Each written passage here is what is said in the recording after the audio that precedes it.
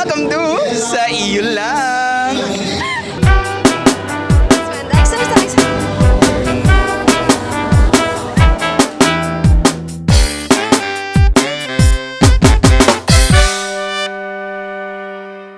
Congratulations po. Ano po name, program, at Jiwa? I'm Marcos Cesar B. Kumbalaser, taking Bachelor of Science in Information Technology, major in Web and Mobile Application. And ang Jiwa ko is ang pinakamababa po sa limang ito. So hindi na po natin kailangan i-specify. Hi, I'm Peter Angelo Dantes, BS Computer Science, and my GWA is 1.1. I'm Bachelor of Science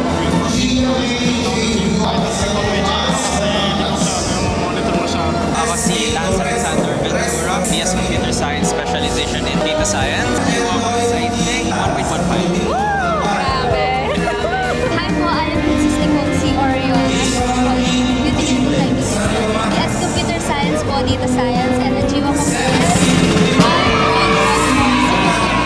Grabe, sakto-sakto. Sa buong college journey niyo po, ano yung pinaka-sacrifice niyo? Siyempre free time. Parang hindi ka naman makakagawa ng ganito kung madami kang time na nasayang. Pero it was worth it. Yun lang naman ang masasabi ko. Ito ay worth it lahat. Tulog, sacrifice na tulog. Yun lang. Living out my old ways. Hindi ako pwedeng magpakasarili. Dapat lagi akong open for growth. Dapat palagi nag-i-improve. Yung pinaka-obvious na answer siguro is tulog, syempre. Pero serious ang sagot, I think wala akong sinacrifice. I think yung mga ginawa ko is for myself and part of living. time na spend ko na sa pag-aaral talaga. Siyempre yung tulog, yung bonding time with family and friends. I wish na I could have spent more with them. But ayun, since graduate na, babawi na lang ako. What's next? What's next? What's next for you after this one? Unemployment! Pero we'll see, hindi pa natin alam. For now, ang next talaga nito is party. May 4 na taon pa akong ibabawi. Hopefully, successful data scientist. Actually, getting ready sa adulthood kasi yun talaga yung reality after ng graduation. Actually, may trabaho na ako but I have to prepare myself para mas maging mabuti akong employee or something. Sinasabi nga nila, ang college is just the beginning of the end. I think I'm going to try to achieve yung mga goals na gusto ko sa buhay.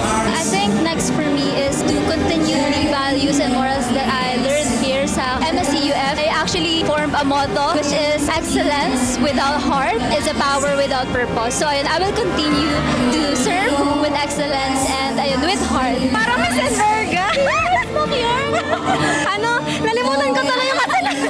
Para kanina naman yung medal mo. Para sa pamilya ko, para sa nanay ko, syempre. Madami naman akong medal, so dadamihan natin.